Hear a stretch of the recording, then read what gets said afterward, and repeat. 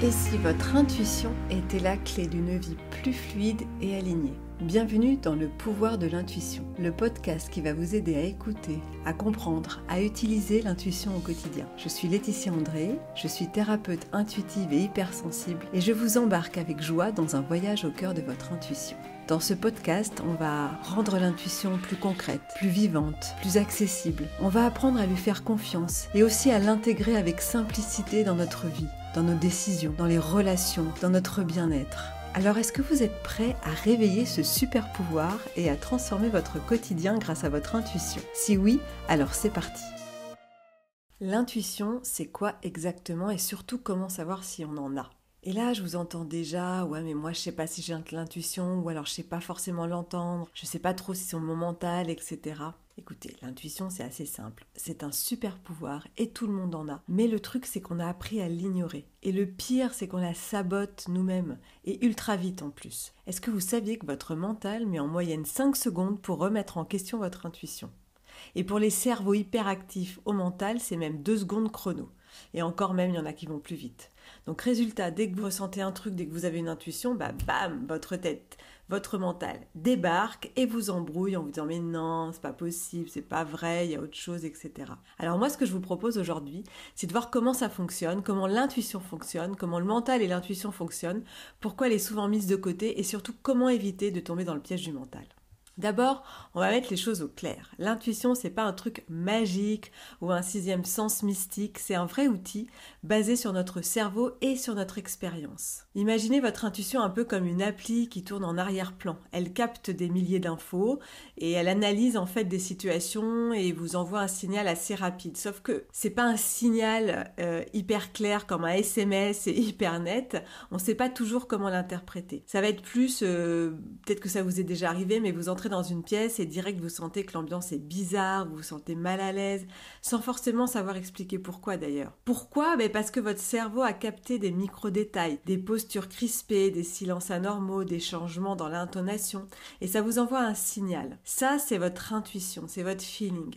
Après, ce qui se passe, c'est ce que le mental en fait, qui va être comment il va le juger en fait votre mental, parce que lui il va forcément juger par rapport à des expériences que vous avez déjà vécues et lui il arrive en analyse. En fait on ne l'écoute pas parce qu'on a appris depuis tout petit souvent que pour prendre une bonne décision, pour savoir quoi faire dans la vie, comment agir, il faut tout analyser, il faut comparer, il faut peser le pour, le contre, etc.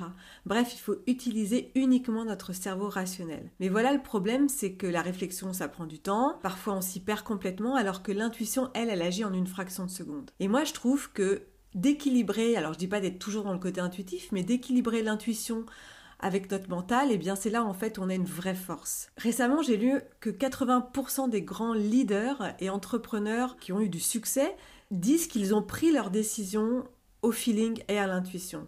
On a Steve Jobs, Oprah Winfrey, Richard Branson, ils parlent tous de l'intuition comme un vrai levier dans leur réussite. Ils n'ont pas forcément fait canaliser, ils ont aussi été très intuitifs sur des projets qu'ils ont dû mener. Même si les autres, même si les gens leur disaient pas forcément que c'était la bonne chose à faire, en tout cas, eux, ils s'en sont servis.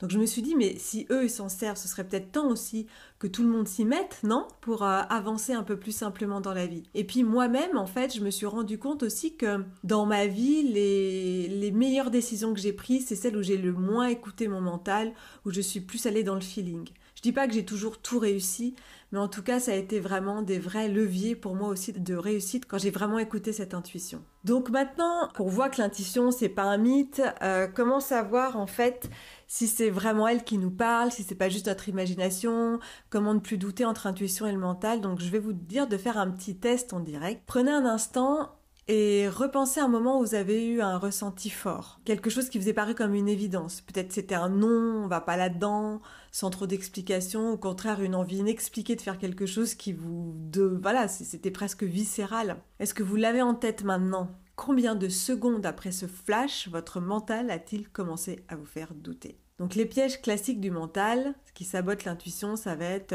je devrais peut-être réfléchir encore un peu. Je suis peut-être en train d'inventer cette sensation, j'exagère sûrement, c'est peut-être pas si grave, je suis pas sûre. En fait, ça vient chercher des peurs derrière, des peurs en lien avec nos expériences de vie. Et tout ça, c'est notre mental qui a pris le pouvoir après maximum 5 secondes. Et plus vous attendez, plus votre cerveau va chercher des justifications pour tout rationaliser. Et votre intuition, en fait, elle lâche prise, elle disparaît. C'est comme si elle disait, bon, ok, encore lui, là, il est hyper fort, moi, j'ai pas envie de lutter, je m'écrase pour le moment. Mais parfois, elle va revenir. Et puis, elle va voir que le mental va revenir très fort. Donc, voilà, elle va s'écraser. Mais parfois, elle revient parce que c'est vraiment aussi important pour vous. Donc, une règle d'or, si votre intuition arrive et que votre cerveau, votre mental commence à négocier, à hésiter, à argumenter, à s'en faire sentir des peurs, alors là, évidemment, c'est plus de l'intuition, hein, c'est le mental qui est au taquet, d'accord ? Dès qu'on doute, et 5 secondes après, de toute façon, c'est le mental, c'est certain. Donc, comment faire plus confiance à son intuition ? Peut-être que la prochaine fois que vous hésitez sur un choix, maintenant que vous avez cette conscience du mental et des 5 secondes, écoutez votre première réflexion, votre première envie, suivez-la sans réfléchir. Et dites-vous que de toute façon, qu'est-ce qu'on risque ? On tente quelque chose, on essaye, et puis si ça marche pas, mais en tout cas, peut-être qu'il faut y aller, peut-être qu'il faut le ressentir aussi. Ensuite, il y a écouter son corps. L'intuition, elle passe pas par la tête, elle passe par le corps. Ça peut être un ressenti léger dans le corps, ça peut être un flash, on a des visions, ça peut être comme si on entendait un mot, une phrase, mais parfois aussi, voilà, c'est vraiment des sensations physiques. Ça peut être des frissons, un blocage, une lourdeur, ça veut souvent dire un nom.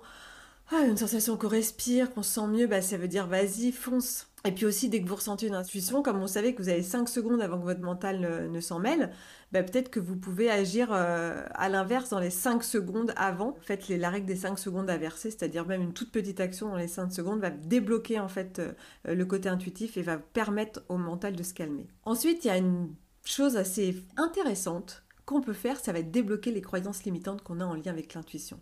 Parce que si on galère autant avec notre intuition, c'est aussi parce qu'on a grandi avec des croyances comme l'intuition c'est des conneries, c'est pour les médiums, il faut toujours tout analyser, faut faire confiance à son mental, on fait que des bêtises quand on est intuitif. Et en plus, si dans votre expérience de vie, vous avez pris des décisions comme ça au feeling et que ça s'est pas forcément bien passé, alors là, le mental, il est au taquet, il se dit « Ah non, mais regarde, là, la dernière fois qu'on a pris cette décision-là, on s'est planté, c'était nul, donc il faut pas y aller ». L'idée, ça va être du coup d'équilibrer ces croyances limitantes et faire switcher le mental en disant mais il y a peut-être une autre façon de voir. Et en tout cas, entre ces deux façons-là, il y a un équilibre à avoir. Par exemple, la phrase d'équilibrage que vous pourriez dire, ça va être « Je demande l'équilibre entre la croyance que l'intuition est irrationnelle et la certitude qu'elle est un outil puissant qui me guide vers les bonnes décisions. » Ça pourrait être aussi « Je demande l'équilibre entre la croyance qu'à chaque fois que je prends une décision intuitive, je me plante et la certitude que j'ai pris plein de bonnes décisions intuitives et que j'ai réussi et qu'elles ont été justes pour moi. » Vous voyez, ça va être l'idée de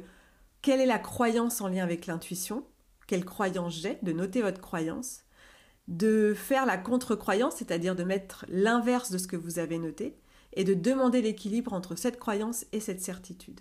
Et si vous faites cette phrase d'équilibrage, ça va faire switcher votre mental parce que vous allez lui dire dans la même phrase une évidence, une croyance et son contraire, et lui déjà ça le fait bugger, et lui demander l'équilibre là-dedans, il va dire en fait bon ok je lâche prise, puisque c'est l'équilibre, je ne risque rien. Et il va accepter en fait de faire switcher cette croyance. Ce que je vous propose maintenant, ça va être peut-être de faire un petit défi, d'appliquer la règle des 5 secondes inversées. Donc dès que vous ressentez une intuition, vous pouvez faire une action immédiate avant que le mental ne la sabote et voyez ce qui se passe. Peut-être aussi d'agir en conscience, c'est-à-dire que quand vous avez un feeling, voir comment votre mental vient vous saboter en vous disant « Ah mais non, en fait ça va pas, etc. » Peut-être de faire aussi vos phrases d'équilibrage, quand vous notez le schéma que vous vous faites, la croyance que vous avez en lien avec l'intuition, que vous n'êtes pas capable, que vous n'y arriverez jamais, etc. Notez la contre-croyance et faites les phrases d'équilibrage pour faire switcher en fait ces croyances, parce qu'elles ne sont pas vraies, elles sont juste fabriquées par votre mental. C'est déjà la fin de cet épisode, j'espère qu'il vous aura aidé à voir votre intuition autrement. Dites-moi en commentaire ce que vous en avez pensé et si vous voulez aller plus loin, vous pouvez me suivre sur Instagram, tous les liens sont dans la bio. N'hésitez pas à partager cet épisode si vous connaissez quelqu'un qui aurait bien besoin d'écouter son intuition un peu plus. En tout cas, on se retrouve très vite pour un nouvel épisode. D'ici là, observez, testez, faites confiance à cette petite voix intérieure. À bientôt!